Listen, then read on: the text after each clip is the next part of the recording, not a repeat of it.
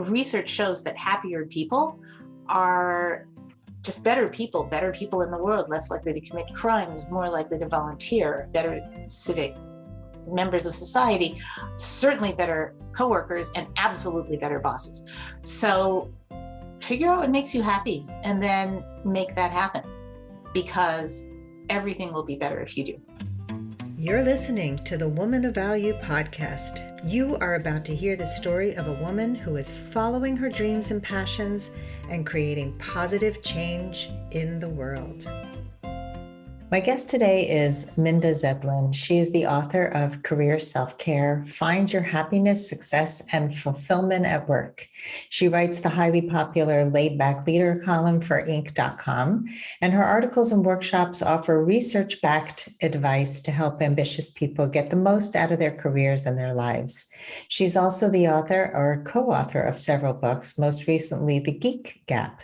She's the former president of the American Society of Journalists and Authors, and she lives in Snohomish, Washington. Welcome to the show, Minda. Well, thank you so much for having me. So tell us, what does Woman of Value mean to you? One of the things that I kind of dived into while I was writing the book was all the inequality that we've always heard about between how women are paid and how men are paid. And there's a chapter about how to thrive in a world that is fundamentally unfair, which is unfortunately the world that we're stuck with. But I did, as I was writing about this, I did a lot of thinking about all the work that women do that doesn't get accounted for in the economy, doesn't get accounted for even in companies where women are monumentally more likely to do the emotional labor, the things that create the relationships at work, such as someone's leaving, planning their retirement party. That job is almost never undertaken by a man. And any number of other things like that cement the ties of people at work. And what we're seeing as we're looking at the Great Resignation and the switch to remote work, and now the switch perhaps back to work in the office, is that relationships in the workplace are more important than anyone has ever really fully understood. And women are keeping all of that going by choice, by habit, by cultural tradition. And when I find myself doing that kind of stuff myself, it's because I care about it. And I feel like if I don't do it, nobody will do it. And I care about it. So I want it to happen for whatever the reason. There's so much work that women do that is not recognized. And I think maybe one day, just as happened long ago in, I believe, Switzerland, I think one day we should all just stop just for 24 hours and let the world see what would happen if we did. So basically, if we stop, maybe people will take notice of the work that women do kind of almost unconsciously, you're saying. Yes, and maybe women ourselves would, because as you say, it's like almost unconscious. So, if we took a day and said, okay, I'm not going to, smooth over this argument between these two people, and I'm not going to make sure that we've planned what we're having for dinner and all the other stuff like that, So I don't know, perhaps that wasn't, I don't know if that was the answer you were looking for, but it was the one that came to mind for me. Yeah, I mean, there is no, this is the right answer. I love hearing whatever comes up for all of my guests. And this is certainly a take that I haven't heard before. And it's something that I think most of us don't really think about. Recently, my grandson was in the hospital, and my ex-husband said to my daughter, "Oh, take mom with you. She's really good at hospital stuff." And in our lives, I became really good at it because we had a sick child, but he just assumed that I'd be really good at it because he just did not want to do it. He was just like, "I don't do this." And for me, it was never like a thing that I could decide not to do. That's my kid. Mm-hmm. He's born sick. I need to do whatever I can and step up and be a mom. I think we do a lot of things like cook the meals and plan the vacations and do those things that in our day-to-day. But you're saying also at work that there are a lot of things that are the tie that keep people together at work and create those relationships. Right. And people have made that calculation for the unpaid work that unpaid labor. I mean, you have seen probably those calculations for the billions and billions of dollars worldwide of unpaid labor women do in the context of home and family. But that also does exist at work. And we don't think about it or talk about it as much, but it's part of the puzzle. We all look at why, what's the glass ceiling made of? Why do women not advance in their careers the way men do? Why are there, not women billionaires in the same way that there are men billionaires? Part of the answer, I think, is some of that. We burden ourselves with a lot of stuff. Some of that is probably hard to shake off, but at least being aware of it, I think, can get us in the direction of understanding our own value. Yeah. I'm wondering if just taking that day off is going to really raise the awareness. I know that you're not being fully serious, that everybody just stops doing it and it's magically going to change and people will be recognized. But I think that there is a lot of movement in the direction of women and men having more open communication about the things that were taken for granted in the workplace. And that includes men advocating for women's voices in the workplace.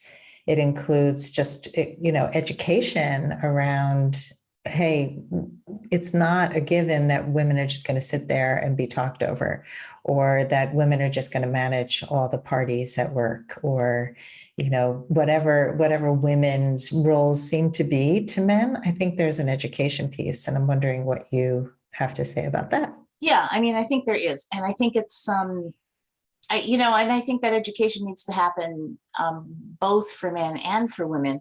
It's very fundamental and it's very ingrained, I think, in all of us. And you mentioned being talked over at meetings. Interestingly, one of the first group of people to bring this to light was women working in the White House, not, under Donald Trump or any Republican president, but under Barack Obama, where you would think probably the most progressive president we've had, maybe ever. And you would think that in that work environment, if no other, women wouldn't have to fight this fight. And yet it's so deeply part of how women are in the world and how men are in the world that they actually worked out this plan, because what would happen is a woman would suggest something, the conversation would kind of not really take it into account. And then a little while later, a man would suggest the same thing and everybody would go, oh, wow, that's a really good idea. And then in the collective memory, it was his idea. And so what they did was they made an agreement among themselves that if one of them said something like that, the others would stop the conversation and make a point of recognizing her for having said it and said, oh yeah, that's a really great idea. And that needs to happen. And it's extraordinarily important because I recently read about some fairly recent research that people take on the aura of leadership and others recognize them as leaders as a function of how much they talk. As simple as that. Not even how smart whatever they're saying is, not even how true whatever they're saying is, unfortunately, but just the people who talk most are naturally, instinctively seen as leaders by others, and they get those leadership roles. And when you start putting those things together, then you can really start to see the immense number of things that kind of are in the way of women coming into their full value in the workplace. This is a really resonant point for me as a person who used to be very, very quiet. I would have people repeat what I would say and then get the credit for it in school. And I was just listening to a little clip of Susan Cain's TED Talk when she was just publishing her book, Quiet.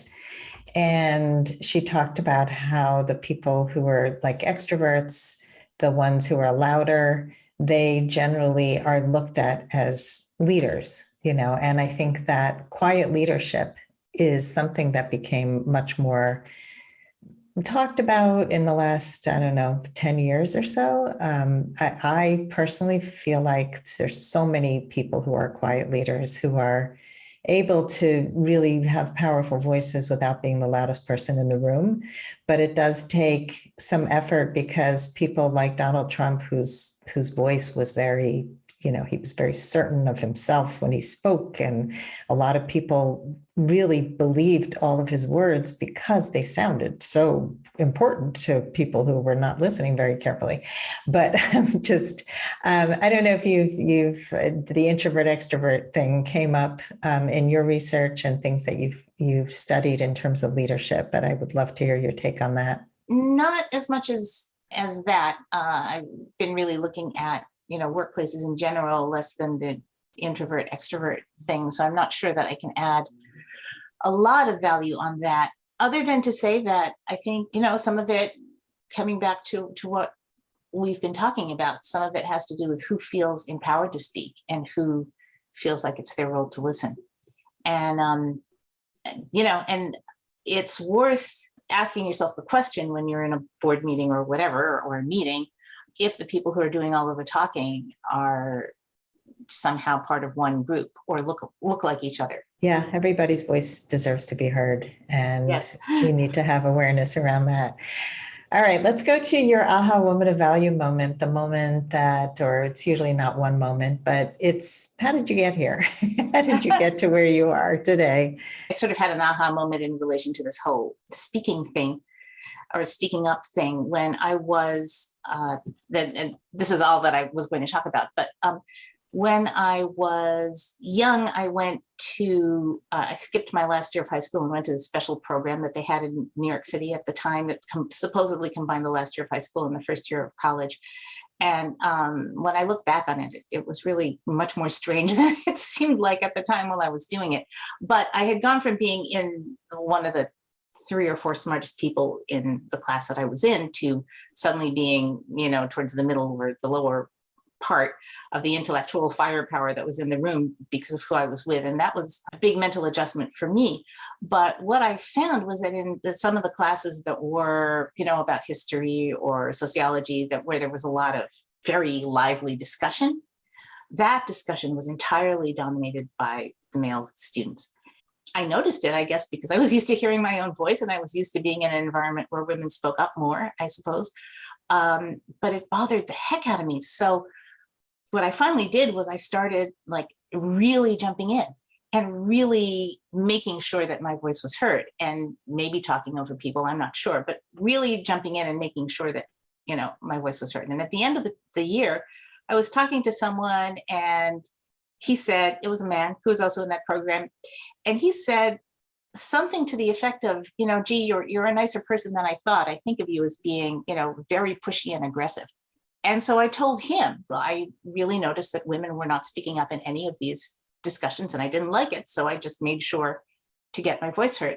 And I kind of saw the light bulb go on, behind his eyes, because I don't think men notice. I don't think men notice when women aren't speaking. It's interesting whether they don't notice, but also this whole thing about being pushy and aggressive when you have a voice. How many women are viewed as bossy, pushy, negative, where men are not viewed that way for speaking up or pushing their voice up to be able to be heard. Right. And if you don't do that, then you're not tough enough. You can't take it. You're not strong enough to be in a leadership position or to start a company or whatever. So it's an unwinnable situation. The closest I've ever seen anyone to winning it was the Ketanji Brown Jackson hearings. I don't know if you watched any of that, but she managed to push back against every insulting and negative question that was thrown at her. And some of them were pretty bad, with a smile on her face and with facts and not engaging stuff that she didn't need to engage. But it's really hard. I mean, you have to be an exceptional person to thread that needle, I think. It's really true. And I think we're getting closer than we were, but we still have a long way to go. And so what do you think are some of the solutions to the problem? Efforts like yours go a long way, because women do need to understand our own value. I struggled with that a lot when I was writing the chapter about inequality, because I think a lot of us go through life not noticing it. And I think that's almost, including me. One of my aha moments was very retroactive. I kind of had it while I was writing the book back when I was in my 20s. I was working for this company, and my boyfriend at the time wanted to work there too. And I proposed that he be hired, and he was hired. And through a confluence of circumstances, not too complicated to go into here, shortly after he got hired, he got a raise, and his raise put his salary substantially above mine. It devastated me because I thought they really liked me, and I was very confused. I mean, I had it was my first job. I was totally committed to this company. It was a real emotional relationship for me, and they demonstrated their non-caring and non-value of me. I really, it was like, it was as though someone died, couldn't eat or sleep for several days. It was a huge reaction. And eventually, I got through it. Eventually, first I looked around for other jobs. Then I finally went to my boss and said, what's going on? He arranged a raise for me because they really did value me, or at least they didn't want me to leave. I'll put it that way. But it did not really occur to me until I was writing the book, the most obvious thing about this, which was that he was a man and I was a woman, or, a young woman at the time too, although he was also young. I didn't really think about it. I didn't really look at it, and I didn't want to see it, because if I had seen it, then this company that I so enjoyed working for and so valued and felt valued by, I would have had to do something about that. I think a lot of the time we deliberately don't see it. We don't look at it because it'll hurt us. It's painful. It's painful. We're in these relationships with our companies. We're in these relationships at home, and to say, I'm not being treated equally here, which comes up so much if you stop and look at it, it's very hard. And then you get the response that I occasionally get from my husband, which is, oh, that's all you care about. Like if somebody uses he as a generic term for all people, I'm kind of like, okay, you're not talking about me and you're not talking to me. And my husband just rolls his eyes. It's like, all right, that's all you care about. Well, yeah, kind of. It's something I do care about. So the challenge is to see it, to endure the pain that it sometimes takes of seeing it, and figure out how to be in the world anyway, and figure out how to push back gently and move the needle when we can. And not sink into despair. And it's hard. It's really hard. So because it's hard, we choose not to see it. So I guess the first thing is to choose to see it. Yeah, I mean, that's the first step in any change, is awareness. We have to notice. We have to notice it to do something about it. That's an interesting story about your boyfriend getting the raise, and you didn't even realize that it was an inequality of male, female, them not treating you fairly because of your gender. Like all such things, there's always other factors to all these questions. So there's always an explanation of why, he might have gotten a raise and I didn't. But did that factor into it? I suspect that it did, but I only suspect that now. Right. And if I had said, hey, you gave him this raise because he's a man, nobody would have said, oh yes, that's why we did it. So Yeah, I don't think they have the consciousness, right? They're right, not they even don't have aware. the consciousness, and it's illegal, right? So if you straight out accuse them of it, they're not going to say that that's what happened. But it's part of the mix and part of the subconscious for all of us, I think. Yeah, I remember during my marriage, I started to find my voice more and more. And there was one time when my car, I had just moved to a new house with a 2-car garage, and I wasn't used to the space between the two sides of my car. And the first time I went into the garage, one of the first times, I ended up hitting the mirror on my side view mirror on the right side. And it went into the passenger door. So we brought it to the dealer, and the dealer was a friend of my ex-husband's family. And he said, oh, we'll replace the door, we'll replace the mirror, and the insurance was supposed to pay for it. So I go to pick up the car. It was so obvious to me that he had not replaced the door. He had just fixed the door. And I said something because I do speak up. And so he was gaslighting me. Like I'm the crazy one. Mm-hmm. And not only to me, but also to my ex-husband's family. Like, Sandy's nuts. And I remember just being so enraged that somebody would do that to me. And I felt so powerless. And when I got divorced, one of the things that I really focused my energy on as I became a life coach was communication and boundaries. Those two areas, and I think women really don't do well in either one of those. Really, like we had a woman in my Facebook group the other day who was talking about saying to her boyfriend, "I'm tired," and she kept repeating, "I'm tired."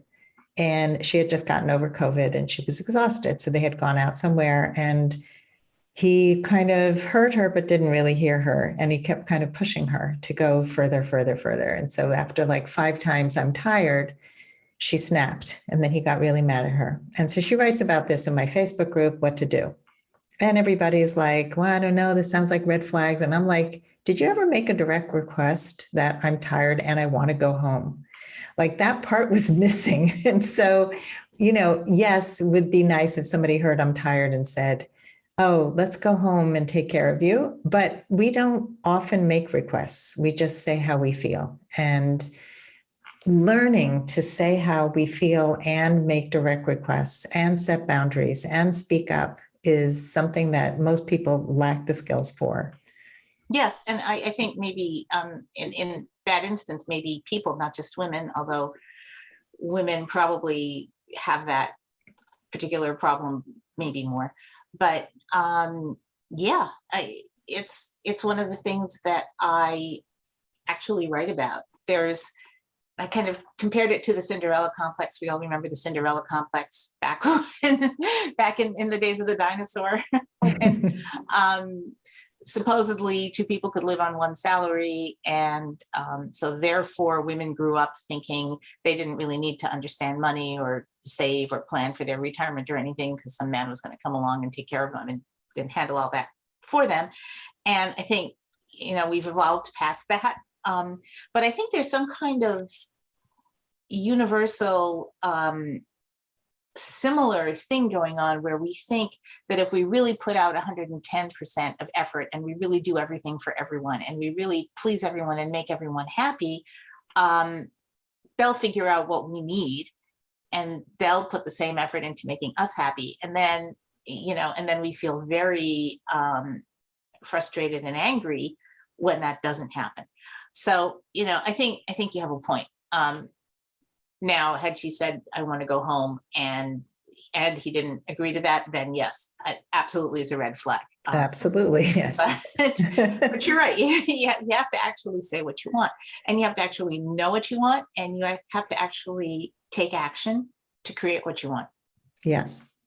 All of those steps are important. And, what you just said about putting the 110% out and then hoping that somehow they'll recognize you for it or they'll step up too. And what I have found is the opposite is true, that the more we do, the less somebody else has to do. And so it kind of becomes this really uneven playing field. And I grew up with the over-functioning, under-functioning dynamic between my parents. My mother would over-function, my father would under-function. And I did the same thing in my marriage, which is not shocking at all. And I had to learn to step back, you don't just lean back in a relationship and just hope that something will change, like we were saying before, but it's really important to say, here's where I need your support, or here's what I'm willing to do. Here's what I'm not willing to do. Here's what are you willing to do? And to have these conversations with people, whether it's at work or at home, and really not just expect that you do it all, and even with my children, now that they're grown and I have grandkids, I am very clear with what I will and won't do. I am not the grandma who's going to be like taking off work and babysitting all day and every day. That's not me. It's not going to be me. It's not what I choose to do. It's not what I'm good at. It's not a good use of my time and energy. But they know that when I am there, I'm present. I want to be with them. Whatever I give them is from my heart. And I do have limits. And I think they appreciate it so much more than if I just said, "Here, use my credit card whenever you want." Mm-hmm. We create those dynamics. We do. And I think what I've learned with the difficulty in my own life is that this wouldn't necessarily work at work, but in your own life, in your own household, where in your own family, where you are, we hope, surrounded by people who love you and care about you, to say, I really need your help is magical. And I don't think we do it enough because it feels like weak or whiny or something. And, it can't be, I really need your help because you're useless around here. I'm facing something that's big and I would really like your help with it. I think people respond to that. Absolutely. And it feels needy to people, I think, very much like it's weak to have to ask. I grew up with the philosophy that if somebody loves me, they'll know. They'll just be able to read my mind, right? Yep. That does not work. No, Spoiler it really alert. doesn't. And a surprising number of us, even me sometimes, expect that even though it's never worked for us before, expect it to start working any moment now. Right, any moment. If you have ever played small to make other people feel comfortable, or maybe stayed in a bad relationship or job too long because you didn't think you could do any better, I wrote a book for you. It's called Becoming a Woman of Value: How to Thrive in Life and Love. Each of the 30 chapters contains a life lesson, a story, and an exercise to bring you closer to reaching your full potential. Becoming a Woman of Value is available on Amazon in paperback and Kindle. Tell us a little bit about what's going on for you now in the present. We haven't really talked that much about the book, and we talked around it, but why did you write the book? What are you hoping people will take away from the book? I write a column for the Inc. magazine website called The Laid Back Leader, and I've been doing that for more than a decade. And what's really fun about it, I pretty much get to pick my own topics, and I write about all sorts of things. But I started writing about productivity and work-life balance and kind of some of the things that I talk about in the book and sort of some of the things that we talk about here. Well, the thing about writing online is that you can find out in real time whether people are interested or not in a particular topic because they click on it, they share it, and if you have the analytics, you can see that.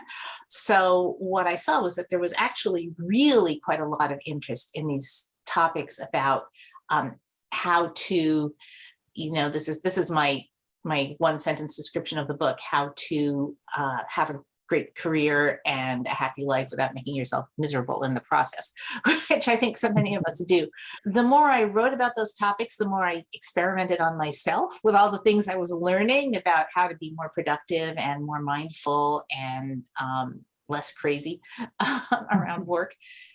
The more I wrote about it, the more people were interested in it. It sort of kind of grew up into a book. And I thought, there's a lot more to say here. And there's a lot of exploring that I want to do in a way that you can't in a 500 to 1,000 word column. So I started looking at it, and that's how the book appeared. What I'd love people to get out of it is the thing that we don't necessarily always have the time and the bandwidth to do in our real lives, which is kind of look at the big picture of our whole lives and our whole careers and how we want those things to fit together, because so much of the time we're in the present, and we need to be, and we're planning for the future, but we haven't really stopped to say, okay, where is this really leading me? How much does this really matter? That's one of the biggest things I want people to get out of the book. People really struggle with career and life, balancing. How do I do this? I mean, my daughter was saying, I think my husband would do really well if he took off a year and didn't have to deal with kids or me. And I thought, yeah, that would be great for his career growth, but it's going to take away from his desire to be with family. And it's like, how do you have it all? How do you do what you need to do? I know for myself, I love working for me because I get to make all the choices and I don't have to deal with any weak, bosses who are treating me unequally. It's just me.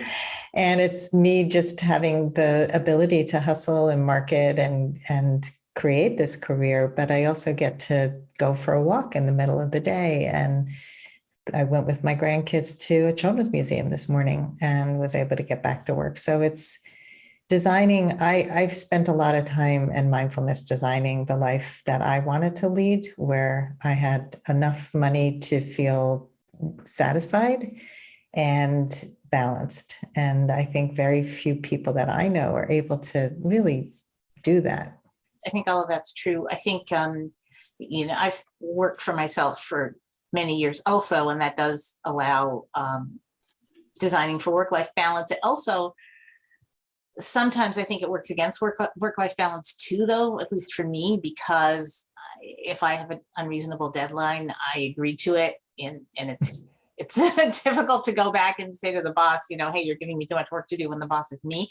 But but I think that even as contractors, it's easy enough to be treated unequally, and I have had that happen. So I'm not sure that being self-employed is necessarily complete protection against that. Although, it's always nice that you can walk away from a client a lot more easily than you can walk away from a job when it's your whole job. I think the thing about work-life balance is this. So in the moment, on a given day, this morning, you decided to take some time off from work and take your children to your grandchildren rather, to the children's museum. And you could have spent those couple of hours doing something that would further the reach of your podcast or bring you new, better paying clients or something. And you made that choice. And so in that moment, the two things were in opposition. But I think if you once again look at the big picture, the two things don't fight each other so much as feed each other.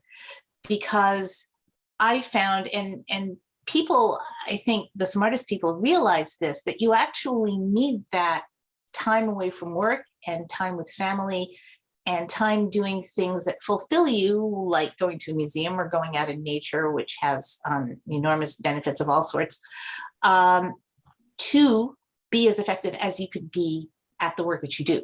So in the bigger picture, work-life balance suggests that when one is up, the other is down. In fact, when you do well at both, you're better at both. And you kind of said that before about the grandmother that you are and aren't willing to be, because you value your work and your profession and your place in the world as a public figure. And then when you're with your children and your grandchildren, you truly want to be there, and it nourishes you and them. Yeah, I don't feel when I'm doing something else that I should be doing work. I did work in the morning before I left. So I get my exercise in the morning and I do some work in the morning. So if I know I'm going to take some time off, I'm not sitting there thinking, oh, I have to get back. Like I was prepared for this podcast, not this morning, but a long time ago when you first decided that you wanted to be on the podcast. I did all the things I needed to do so that I'd be prepared today. And so I think that, organizing, having systems, making conscious choices. I think that being present to what you're doing when you're doing it is huge. And you mentioned mindfulness before, and I think mindfulness is such an important part of life. Just really taking the time. Taking the time to also, you mentioned the big picture. We often look at what we're not doing. We often look at what we could be doing.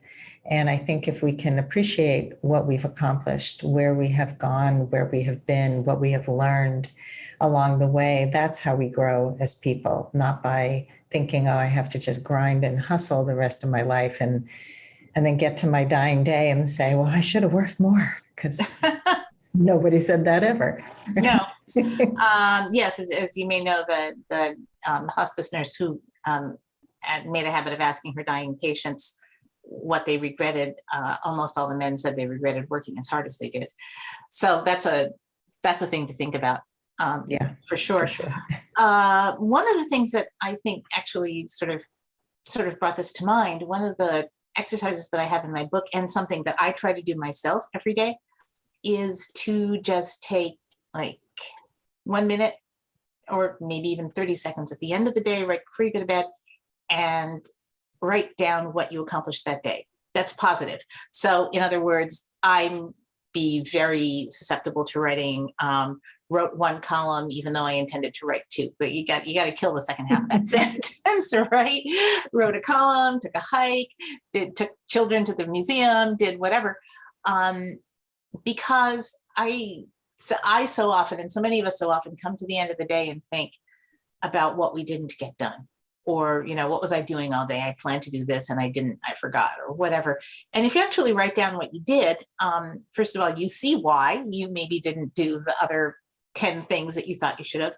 But also, we reinforce our own accomplishments. And if you do it right before you go to sleep on that sentiment of, okay, I did something useful today. Even if that useful thing was I took a day off and really relaxed and lay in the hammock and read, because we need to spend a day doing that sometimes too. So anyway, that's an exercise, one of the many exercises in my book, and one that I think is really helpful for this kind of thing. I love that. I love exercises. I think it's really important to share. And yeah, we do tend to go, even though, what if only, instead of just appreciating and having some compassion for ourselves. And I think it's true for anything we do, including trying to lose weight. And then we eat something and we say, I ate pretty well, except for, and then we focus on the thing that we should. And it was cheating. And now that I ate that, it doesn't matter. So I'll eat everything else. Right. Exactly. The entire refrigerator. And so I think just being kind to ourselves and just really treating ourselves with more compassion and kindness is super important. All right. So Minda, the future, what is the future? What does that look like for you? This book just came out, so I have all kinds of high hopes from it. I'm starting to do more public speaking, more workshops. I have a workshop coming up actually at the end of August with for the Professional Independent Consultants of America, which is free and which people are welcome to join. So I'm happy to provide a link to that too, if you would like. So that's the immediate future. Beyond that, I'm really having fun writing the columns, so that I'll always do that until they kick me out or I die in my traces. And there may be some other books someday, but that's to be announced later on. Right now, I'm just so happy that this book is finally out and people are really reacting to it nicely, and they seem to really love it and value it, which just makes me so that's happy. Great. Well, good luck with the book and all that you're doing for it. And it's also really important when you finish a book to stay in that moment and not be on to the next thing. I tend to be like, oh, I finished my book. Okay, what's next? So it's really just, it's not easy to just say, I'm done for now, and I'm going to work on staying with this and selling this book and speaking. Right. All right, we're ready for the lightning round. Fill in the blank. I used to think I wasn't blank enough. I used to think I wasn't a good enough writer. I thought I was serviceably good, but not a top-notch writer. And I don't know why. Because you're human. Maybe. No, but I mean, I knew like other people, I thought, oh, that's a really good writer, but not me. I don't know why I thought that. I did that with my art. If you look at the table behind me, if people are watching on video, I painted this table. I used to paint furniture, and I was an artist, a working artist, until I became a coach. And I used to think, well, anybody could do this. This is super easy. Anybody could do this. And I didn't appreciate it until I was much older. So I think, doing it and then looking around and going, oh, that person's work is not so good. I'm pretty good at this. Yep. What was the number one thing holding you back from becoming a woman of value? My own limited understanding of how the world works. I think I started out sort of sheltered and naive, and I had a lot of learning to do, probably more than most people do, when I came out into the world and started working and started writing. And I still have a lot of learning to do, I think. I think that the only way to really advance in life is to have that growth mindset that we always have more to learn. What is the best advice you can give to a woman who wants to become more empowered? Do it for yourself. Figure out what makes you happy. When you're signing books, it's nice to have like some little tagline that you write. So I thought about it. And for this book, my tagline is make yourself happy, because we actually have not just the right to be as happy as we can be, or to make ourselves as happy as we can, but also, interestingly, the responsibility to be happy, because research shows that happier people are just better people in the world, less likely to commit crimes, more likely to volunteer, better civic members of society, certainly better coworkers, and absolutely better bosses. So figure out what makes you happy and then make that happen, because everything will be better if you do. I totally agree with that. What advice would you give to your younger self? Wow, I've thought about that one a lot. In essence, I mean, one answer to that question is the entire book is what I wish I had realized and known 30 years ago. But if I had to put it into one sentence, it would be, don't worry about it all so much. It's really going to be okay. What is something that people get wrong about you?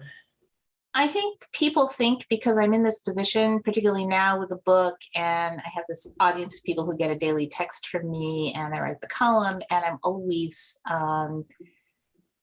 in the position of kind of telling people how to live their lives. I mean, I guess your work is to do that too.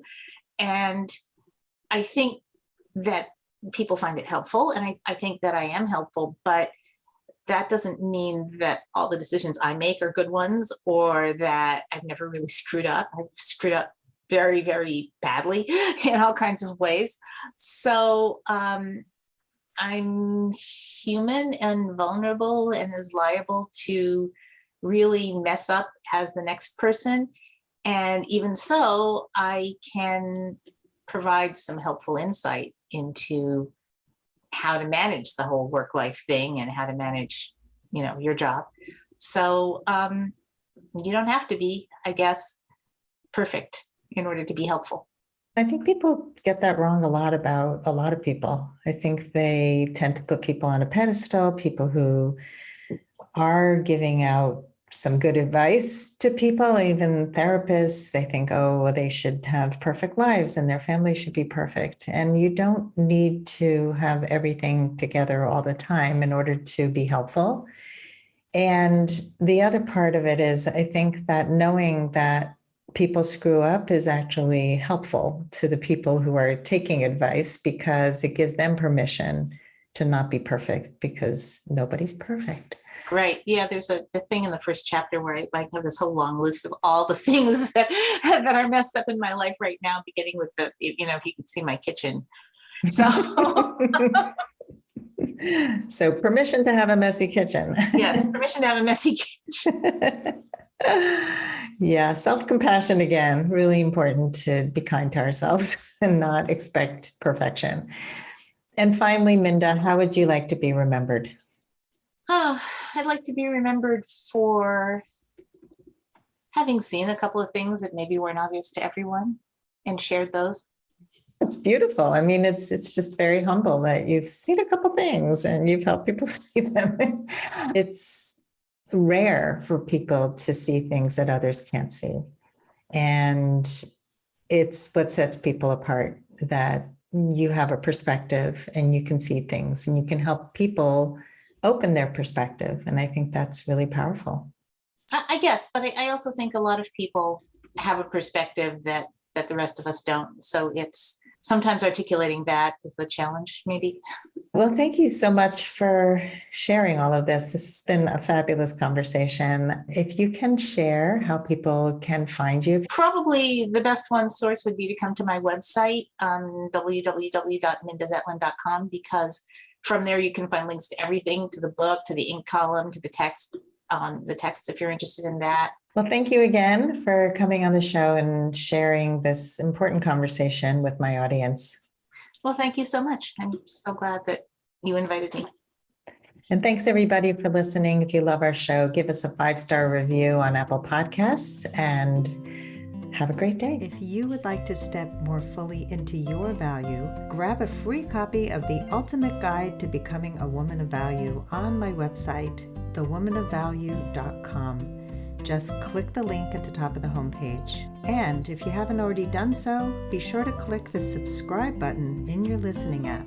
And if there's something in this episode that inspired you, please share it with others, because the more we share these inspirational stories, the more women of value we will have in this world.